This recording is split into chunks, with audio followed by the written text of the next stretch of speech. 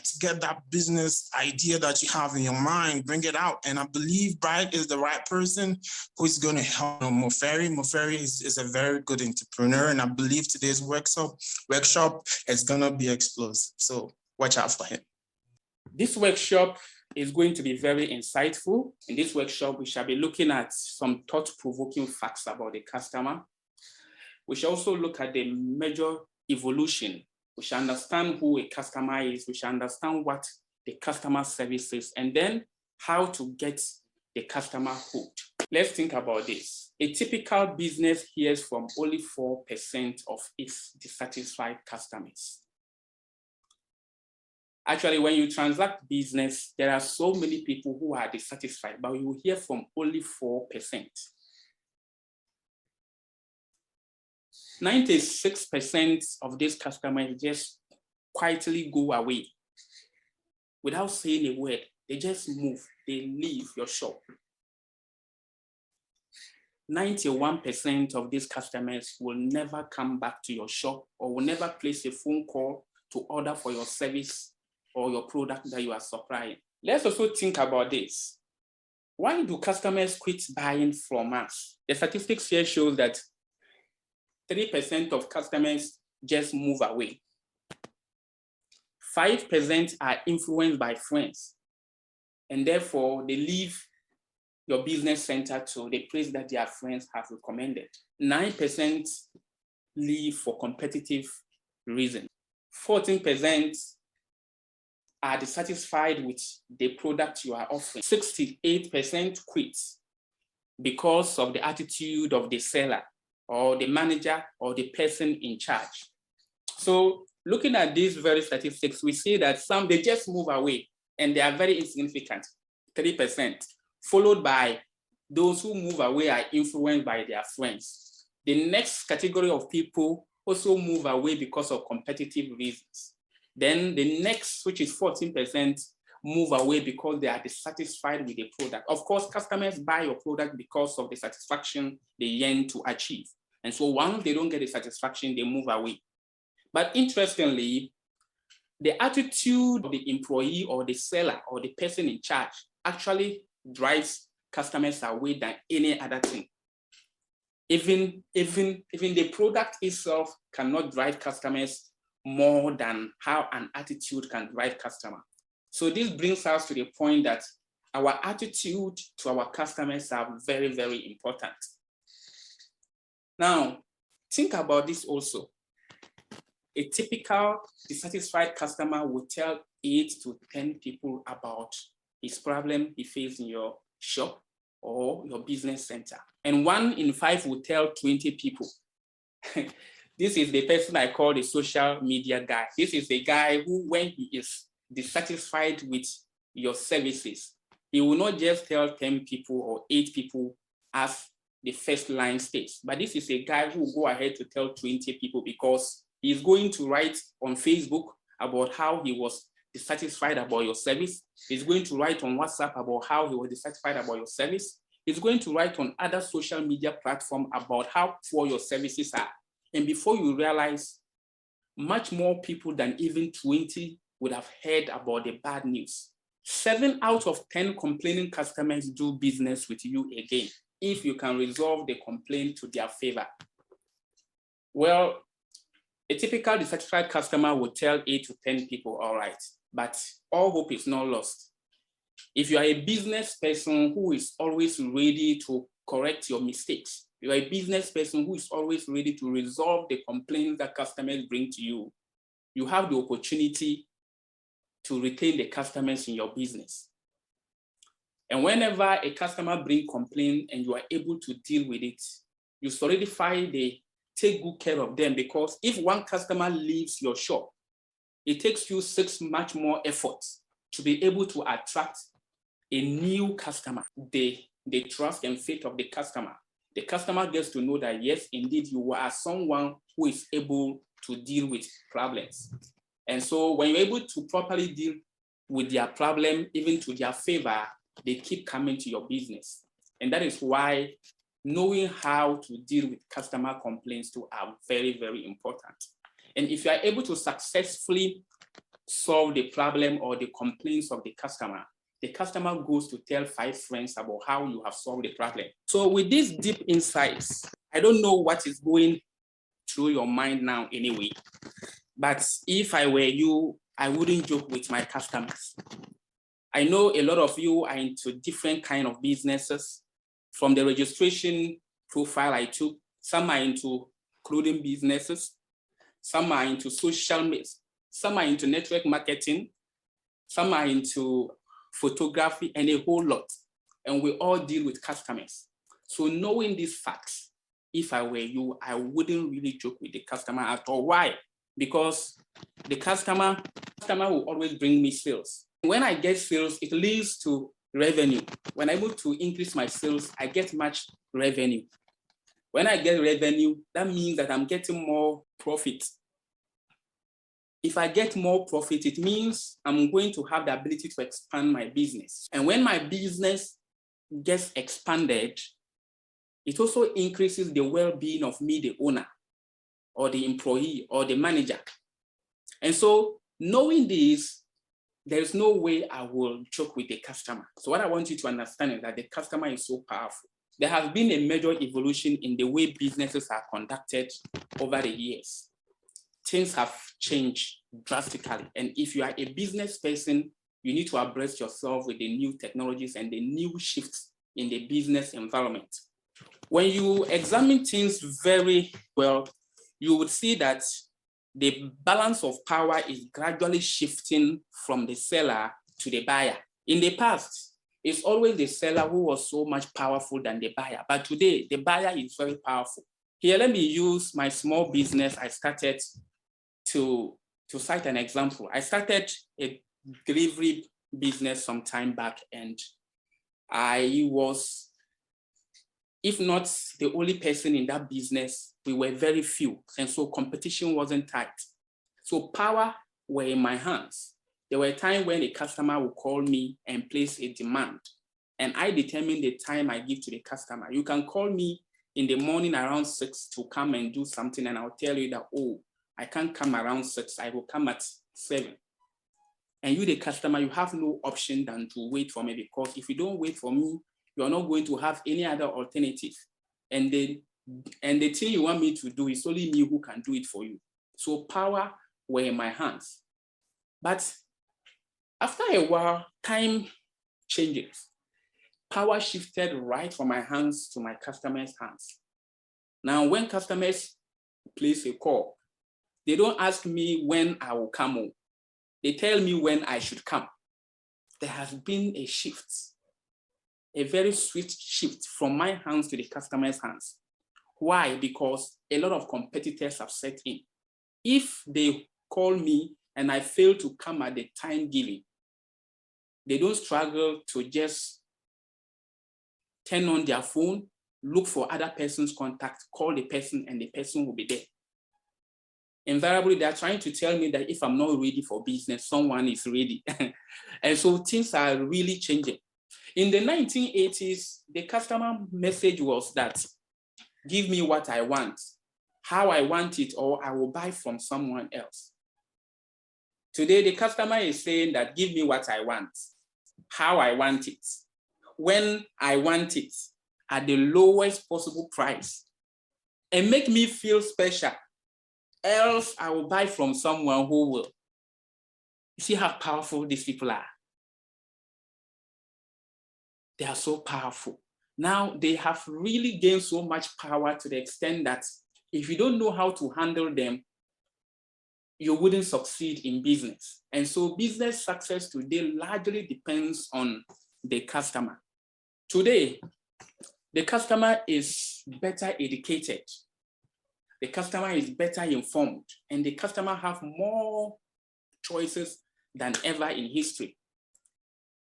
Just with the use of the phone, the customer can access a lot of internet platforms, websites, and the customer can do a lot of price comparison. Before a customer make a decision to buy your product, he would have gone online to make price comparison.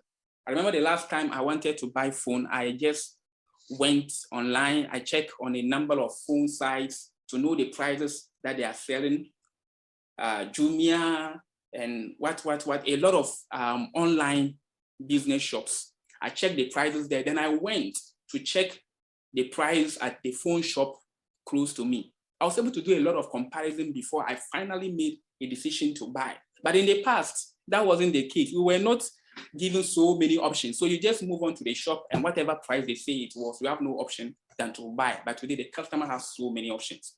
Today there is no geographical distance between a buyer and the seller. Geographical distance has now become irrelevant.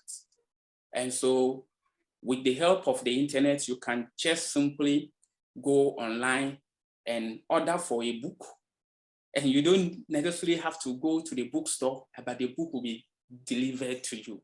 This is so amazing. Times are really changing.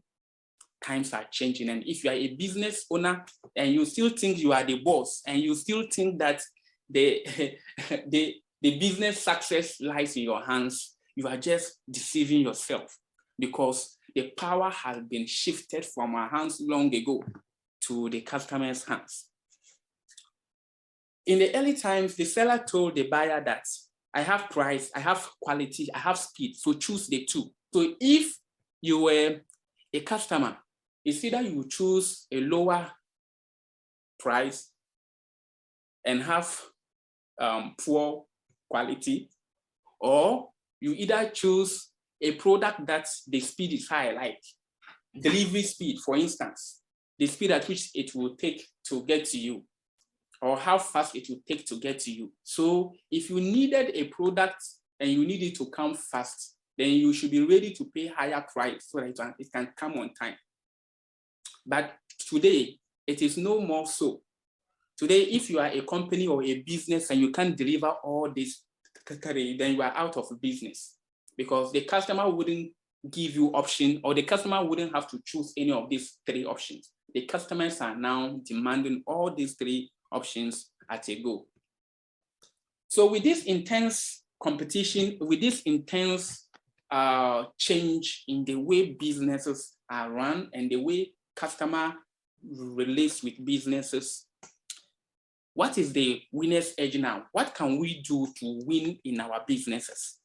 And so the only way to win is to deliver exceptional services to the customer, exceptional services.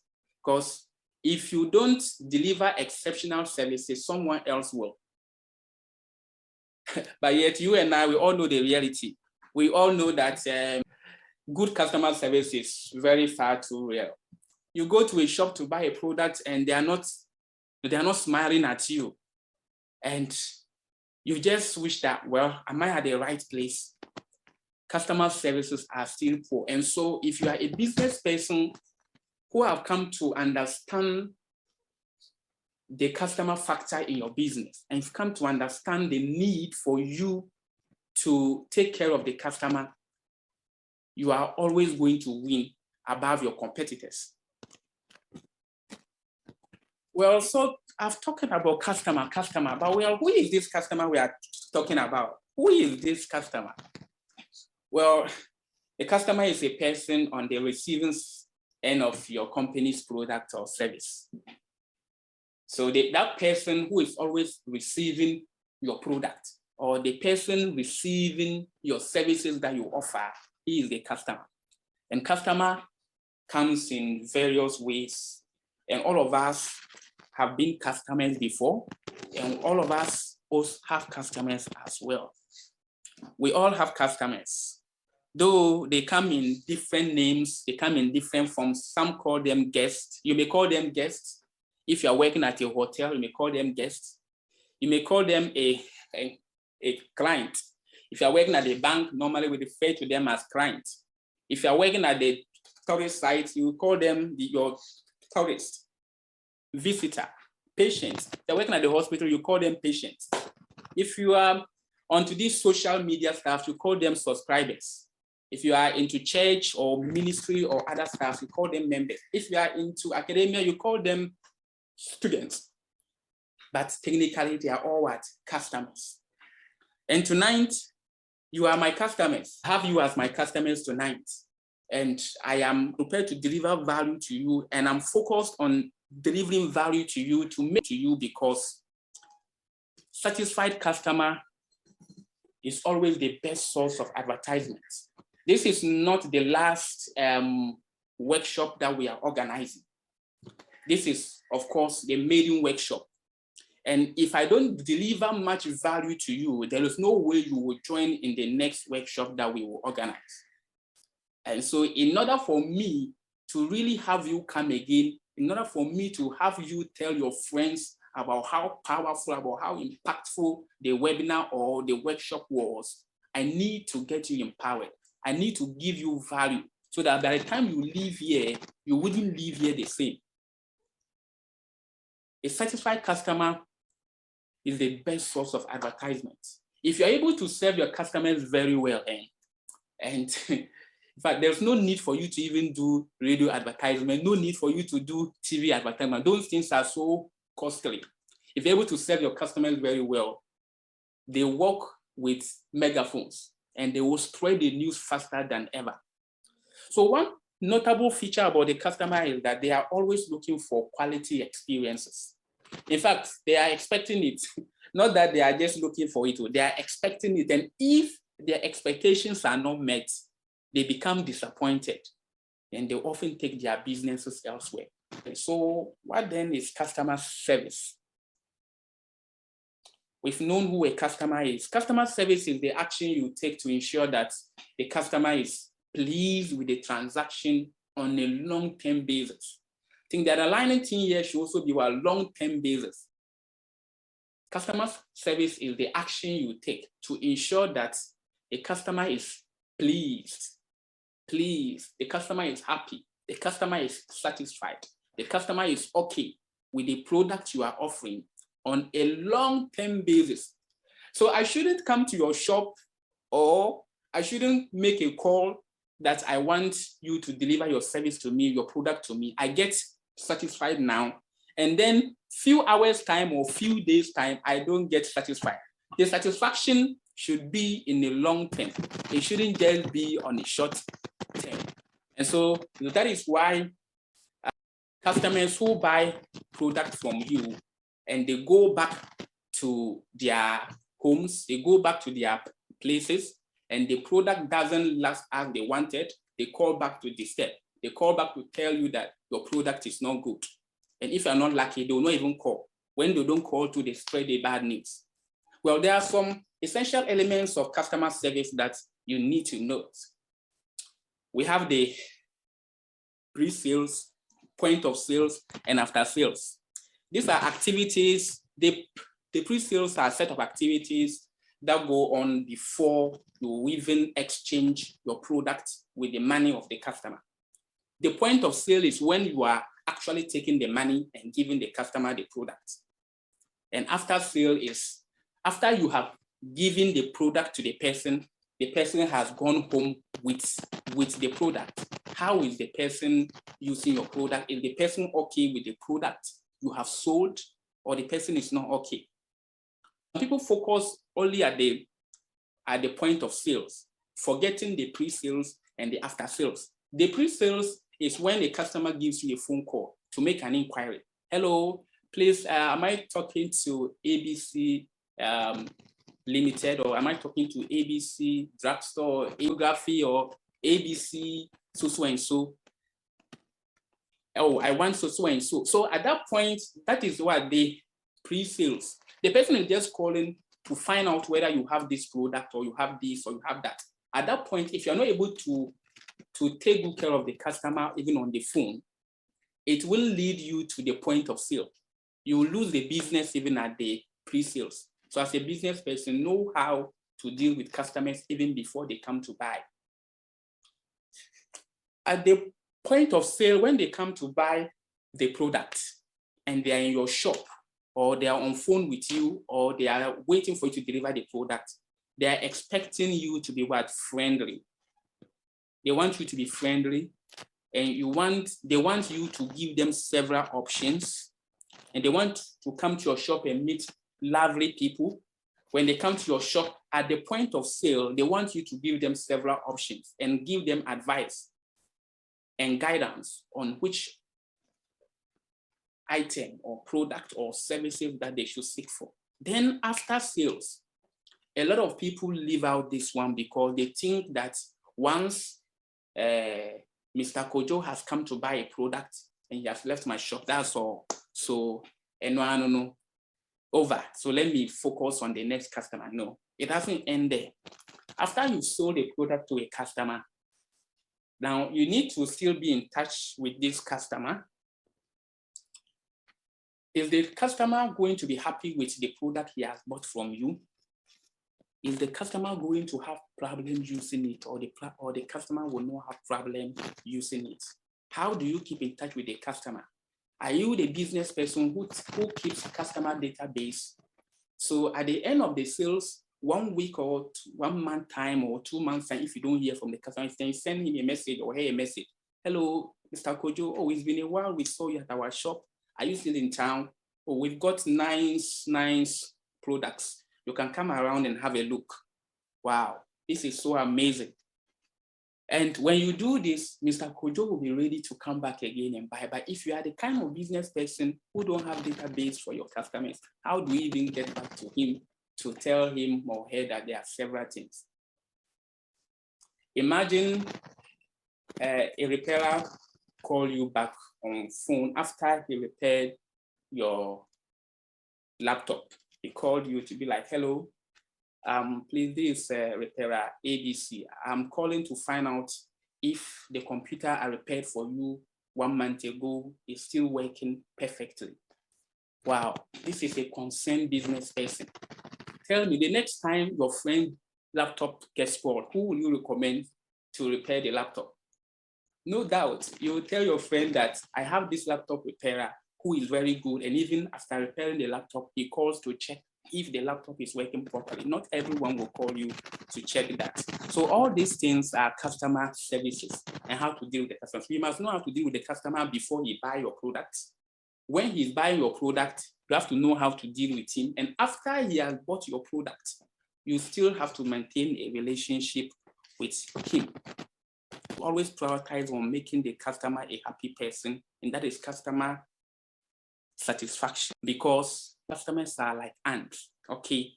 You know, and they like sweet things. And if you are living in a house where there are so many ants, you can't even leave your food open, or you can't leave your food in at the kitchen there. They will come and enter.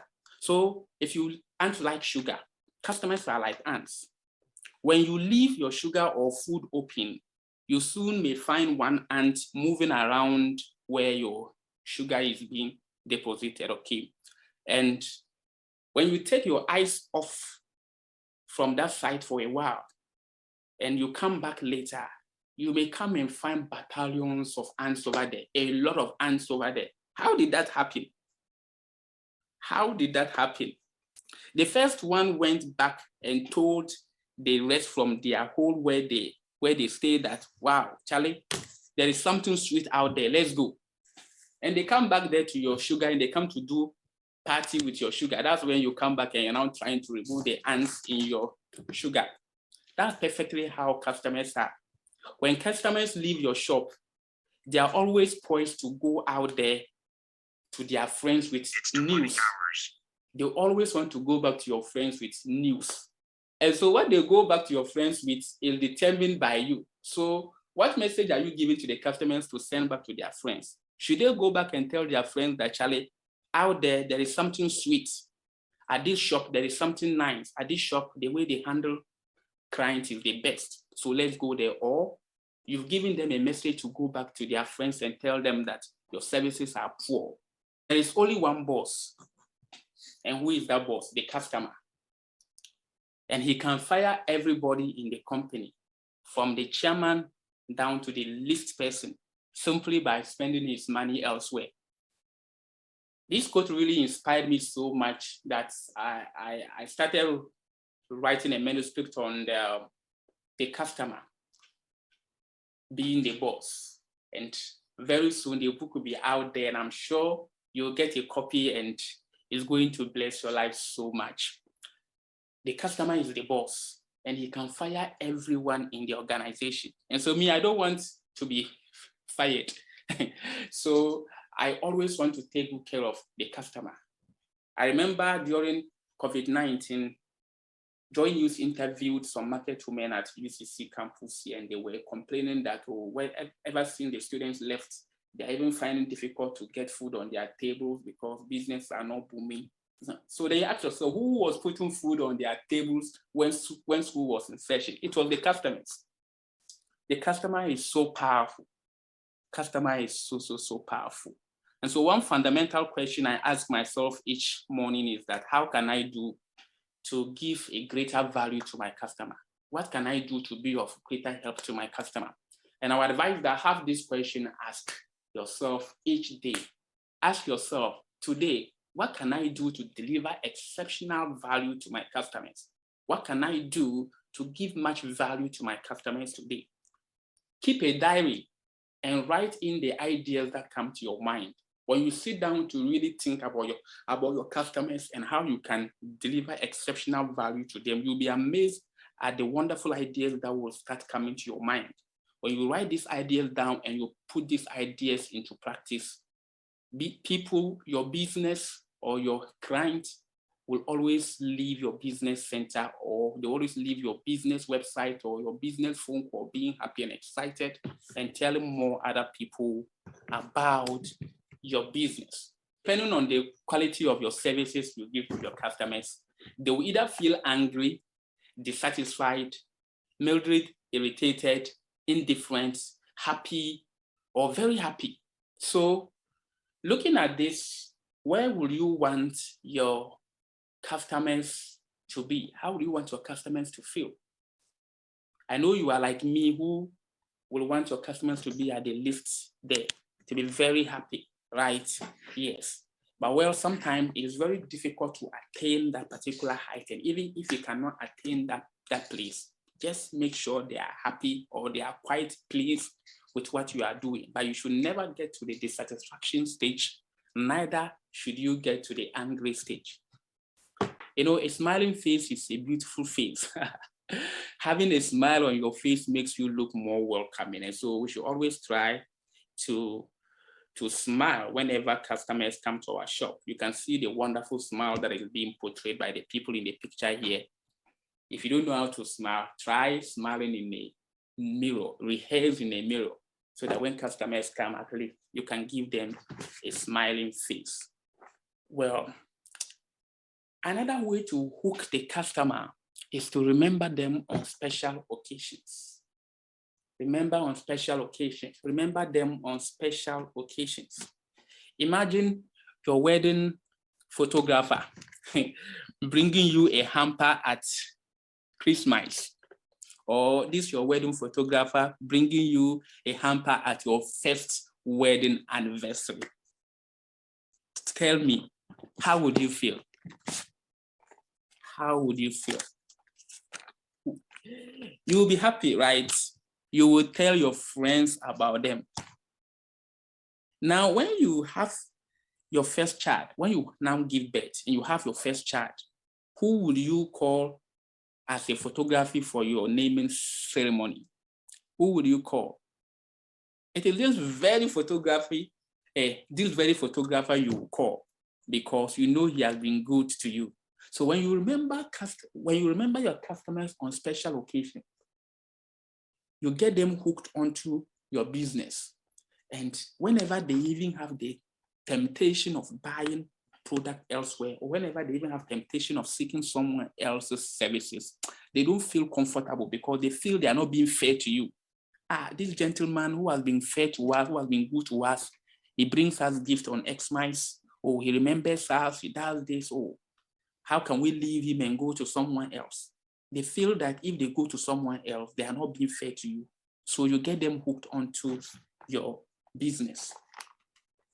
Another way is that you must over-deliver on your promise. You promise a customer, you have to over-deliver it. And so it's better to under-promise and over-deliver than to over-promise and under-deliver.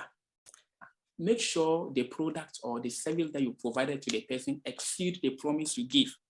Otherwise, if it is the opposite, the customer gets more angrier, because a promise is a debt. It is very dangerous promising what you can't to deliver.